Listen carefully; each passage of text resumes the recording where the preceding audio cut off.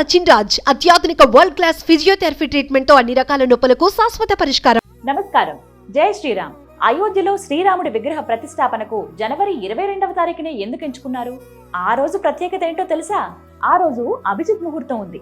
అభిజిత్ ముహూర్తంలోనే శ్రీరాముల వారు జన్మించారు. పైగా అయోధ్యలో కొలువుదీరబోతోంది బాలరాముడు. ఈ అభిజిత్ ముహూర్తం 11:51 నుండి 12:33 వరకు జనవరి 22వ తారీఖున ఉంది.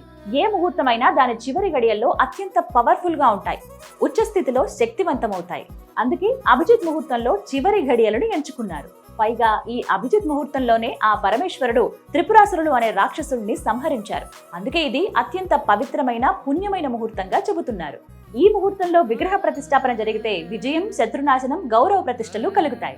జనవరి 22న ఉదయం 3:52 నుంచి 23వ తారీఖు ఉదయం 4:53 వరకు మృగశిర నక్షత్రం ఉంది.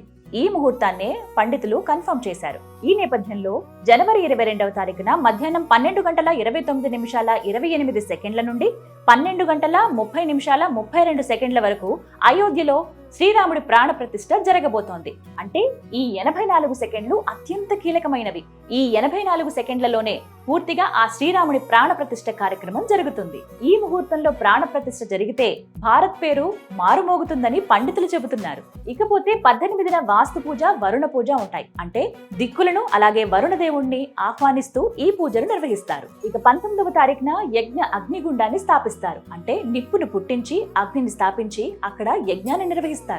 ఇక 21వ తారీఖున జలాదివాసం చేస్తారు. జలాదివాసం అంటే ప్రాణ ప్రతిష్ఠ చేయబోయేటువంటి రాముల వారి విగ్రహాన్ని ఆ రోజంతా జలంలో ఉంచుతారు.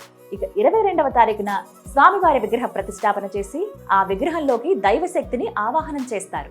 ఆవాహనం చేసిన తర్వాత అప్పటి వరకు కళ్ళగంతలున్న స్వామివారి విగ్రహానికి ఆ కళ్ళగంతలు తీసివేసి స్వామివారి రూపాన్ని అద్దంలో వారికే చూపిస్తారు. ఇక ఆ తర్వాత వివిధ పూజా కార్యక్రమాలు నిర్వహిస్తారు.